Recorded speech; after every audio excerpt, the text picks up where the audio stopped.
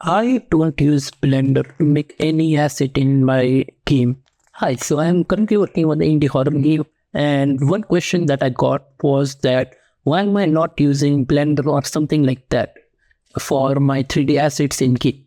But instead, I'm actually using a tool called Pro Builder that you can download inside of Unity. So the thing is, when I started working on my game, I was not sure how was I gonna make the assets in game. I had an option to download them and all, but I wanted to make everything myself.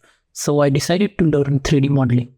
But instead of going the way like normal people do, learn Blender and all, I actually watched this practice video of Pro Builder, and it was an intriguing tool. I actually liked the way it played and all the things it had. So I wanted to give it a try.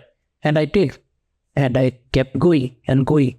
And to a point where I did not bother learning the main tool that I should have, Blender. And now I'm pretty good at using Pro Builder. Everything that you see is made with Pro Builder. And I know it's nothing too impressive, not something that looks excellent.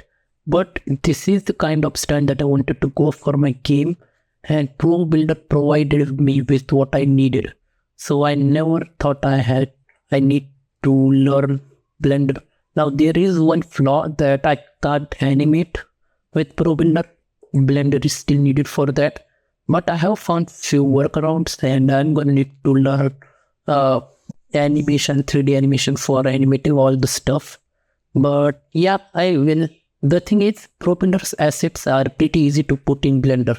I can just take them out, put them in Blender, and work on 3D animation. I'll do that when the time comes. But for now, I think Pro Builder is an excellent tool if you want to learn 3D, but Blender seems too hard. Give this a try in Unity. It might just be something that you can use. Thanks a lot for watching.